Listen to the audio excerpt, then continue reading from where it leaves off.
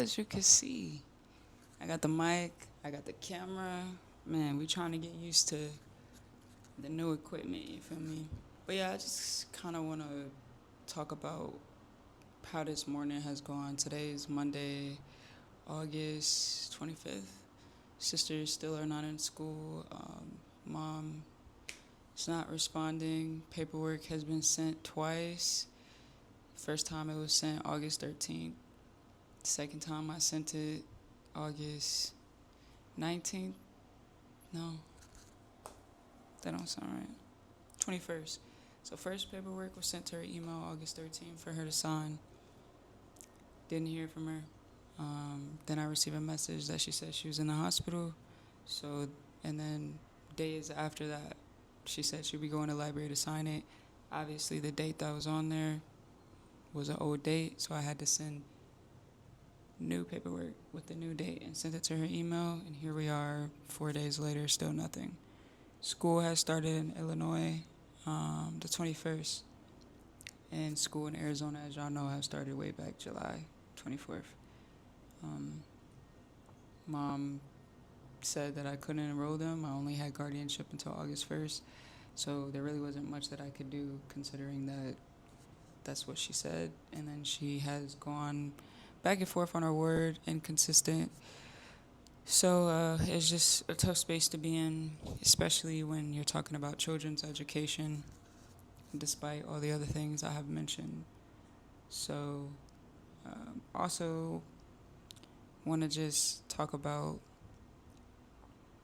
going back and forth with my lawyer, feeling really uneasy about paying a huge amount, like $6,000, to retain a lawyer who twice now when I have reached out, it is a delayed time for me to get a response back. The first time is when I retained the lawyer, I hired the lawyer and paid the money. I didn't hear anything for almost 2 weeks. And this is an emergency guardianship case, by the way. So I reached out, and then they called me, and they were ready to file for emergency that day, which was actually August 1st, the day my guardianship ended. But when I sent my lawyer the text messages that Mom was back and forth on willing to sign an extended guardianship, he said that that was the best option, to go that route, since time really wasn't on our side. And if we could willingly get her to agree, that is the best thing for all of us. So we've just been waiting. And it's been probably about a month now of her, saying that they could stay but not formally signing any paperwork, leaving me unable to give the basic care to my sisters. Yeah. So, and the other time was when I reached out about some other concerns that I wanted him to look into. It took about a week, and I just got a response by email. So now it's like being in a tough situation of feeling like uneasy and uncomfortable because I don't feel like it has been handled. My concerns and my case has been handled in a timely manner for it to be an emergency case. And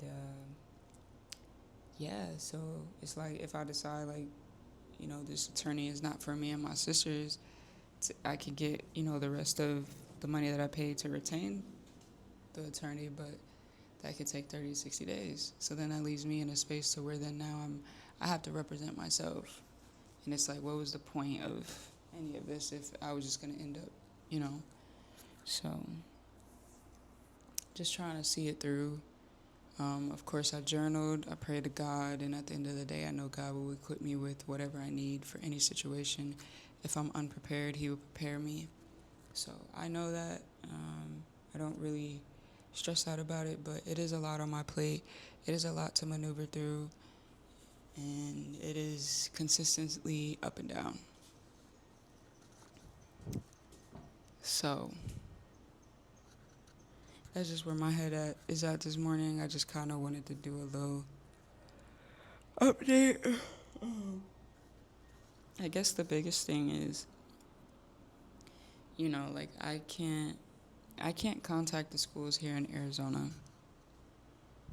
I don't have legal paperwork giving me the right to do that. And Mom even mentioned that, have you contacted other schools? there's no point in me to do that if I don't have what I need to even contact them. They will not speak to me in the first place. There's nothing they can do. But I contacted because I still have access to like the online portals of my sister's schools in Illinois. So because I had received a phone call a week before school started there, which is it started August 21st, my number was still on there, but they were looking for my mom. So saying that, my sister was on their list to return. They were wondering, she isn't registered. They were wondering if she's coming back. When I looked on there, she was enrolled. They gave her a teacher and everything. So I was confused because, like, we're in the middle of mom saying that they could stay. And then I got these death threats. And then I got, all these things. And, mom saying what she says and the fake pages and all this. Like, I didn't know if it was all just for play. I didn't know if it was a joke. Like, I didn't know anything. So to see that, it was weird. But in my mind, I'm like, I know my mom. I'm like, she wouldn't enroll them and not let me know. So I figured, okay, it's auto-enrollment at this point. So I reached out to her school just to let them know, to be aware that, like, even though she was automatically enrolled, she still has to be registered. So there still were steps that mom had to do. That's why every year it is an obligation for a parent to, even if your kid is returning the next year, you still have to register. Make sure everything's updated, nothing has changed. That hasn't been done. So, letting them know that my sister is actually here in Arizona and not there, and that she's obviously missing school, and that it is mom's obligation. I've been waiting for paperwork so it can be mine, but she's preventing it. And at this point, my sisters are not in school. And so that was, I talked with, like, it's pretty much like the social worker at the school, like the family coordinator. She was really nice, but she was saying a lot of things that I already knew. Like, oh, you should call your lawyer. You should try to, I know, like, it's a rocky, relationship with you and your mom, but you should try to give her whatever she wants. If that's for her to see on the weekends, phone calls, you should try to make her feel comfortable in giving over the guardianship, and do this and do that. And it's like, I've already done all this. Like, people here, first of all, I sound I don't know. I look young, I sound young. They hear that I'm the sister, they don't know how old I am. They assume that I don't know the next steps to take. I've been doing this for a while, and so I have learned what needs to be done, what needs to be said. I've put myself in rooms, I've had conversations, all that.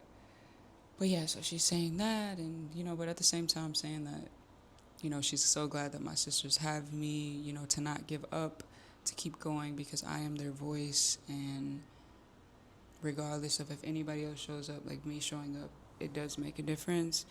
And I voiced, because she mentioned DCFS. Like she said, it is in the United States, children have a right for their education. And if mom is not holding that obligation, that, that will be looked into, and a DCFS case could be possibly open for that. So anytime I hear DCFS, like, I just be like, I can't stand DCFS, And so I'm like, I've tried so hard to keep my sisters out of the light of DCFS, although, there's been cases open with mom, but when brought up in court, when DCFS is even brought up, it's like, okay, well, the kids weren't removed from the home, so let's keep it moving. I just voiced my concerns. Like, it's a very sensitive situation, and my sister's safety is my biggest thing. And so DCFS get involved. Like, I don't want my sisters to get dragged around in all this. Like, they've been here in Arizona. They've been with me for so long. Like, don't come in here and, like, think you know what's best for them and mess it up because you want to go off of what's best on paper, I guess. I don't know. But she kind of just reassured me that at the end of the day, this will backfire on mom. It's not a good look on mom, because it is her, she has full custody. It's her obligation, when it comes to the best interest of the children. Their education should be considered. It is, there's a law that children have to be in school. So, yeah. there's that. But it just, overall, it's just a tiring situation to constantly hear that I should do the uncomfortable, the unspeakable to try to keep my sisters. I should let mom, if she wants to see them every weekend, I should be the one flying them there. If she says she wants to talk to them, I should be allowing that. Like, pretty much it's like, have no boundaries. When we're talking about a mom who has abused me my whole life and has abused my sisters and has been so neglectful, but I'm supposed to sit here and just bow down and agree to whatever she says. Which I even said, it's like, all the things you're telling me to do, I've had to come to my senses and compromise and play this evil, nasty game and put everything in writing that she wanted me to. She still hasn't signed the paperwork. So then she's like, you need to call your lawyer, see if he can get her to sign it, can go take it to her and be a witness and sign it. And that even makes me mad too, because my lawyer said the same thing. Like, I can call her, I can try to get her to sign this paperwork, but at the end of the day, that's me I'm paying for a conversation for my mom and my lawyer. And she can talk as long as she wants. So my camera cut off, of course, but I was just saying that I don't think it's fair that I should be paying my lawyer to go chase down mom so she could sign paperwork, and he's reaching out to her and they're on the phone and she could talk for however long she wants, and I have to pay for that. Like, no, I'm not wasting any type of money for those type of things. My point is that social workers, the system, the judges, pretty much everybody, like, tells me to compromise with an abuser, and I just never will understand that. And to play this sick game and do whatever she wants, but yet she abuses and neglects and leaves me to pick up the pieces all the time and does no type of work for her children, no type of support, anything. And so really, I always pray to God and I hold my boundaries. I'm not going to let down my boundaries.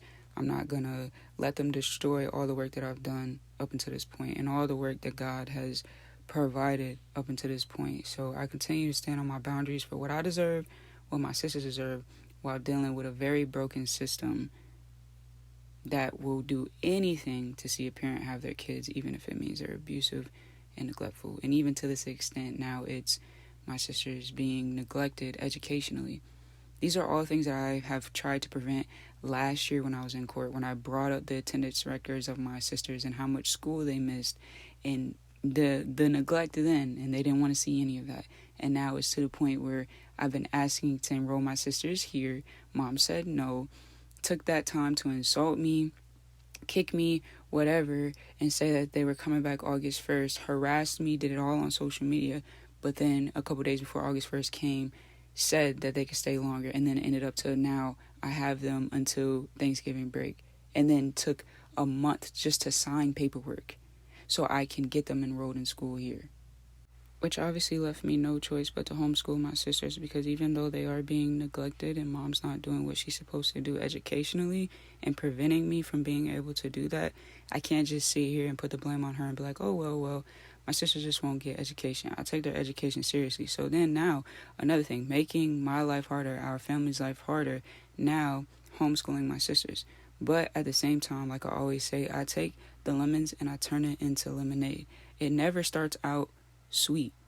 Me and my family, the way that we continue to be resilient and work through all the lemons that are thrown at us by our own biological mother, we turn it into lemonade.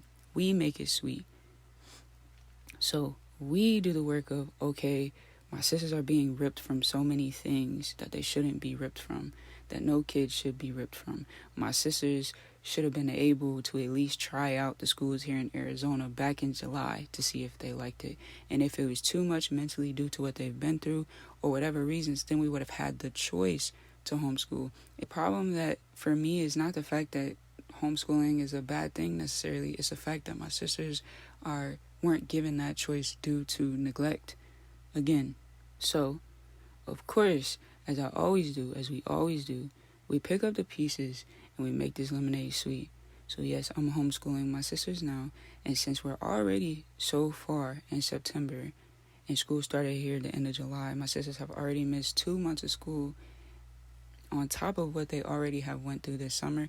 I do think it's best at this point to homeschool so we can focus on healing and we can have more time to designate to everything else that we want to do. So I don't necessarily think it's a bad thing. I just don't like the fact that we were given no choice due to the neglect of our mom, yet she still doesn't try to make anything better. She just wants to make things worse. So there is that. And there's still like documents that, like, yeah, now I finally have paperwork that says I have temporary guardianship, so I can finally take my sisters to the dentist. We can finally go to the eye doctor. I can now apply for medical insurance and even food stamps to see if I get approved for those things, right? But school, I need a birth certificate. Like, mom don't want to hand over these important documents for me to like give them the care that they need, as if I don't know what she thinks I'm gonna do with it. But you have already legally signed paperwork that says that I'm the guardian of your children, temporary for the next 3 months, and I've had them already for 5. So I don't understand it. So it's always we get one step closer, but then there's still things that I need in order to even be able to enroll them if we decide to. It may be even after break. Like, it's a constant battle that I'm tired of, and this is what I mean. I want to be free. And yes, I can try to order their birth certificates, but the thing is that I have to pay out of pocket for this. I'm in Arizona. We were born in Illinois, so it's not like I can just go to the office, show my documents, and get it printed off right away. I have to order these, pay for these, pay out of pocket for things that our mom should easily supply. And that's my point.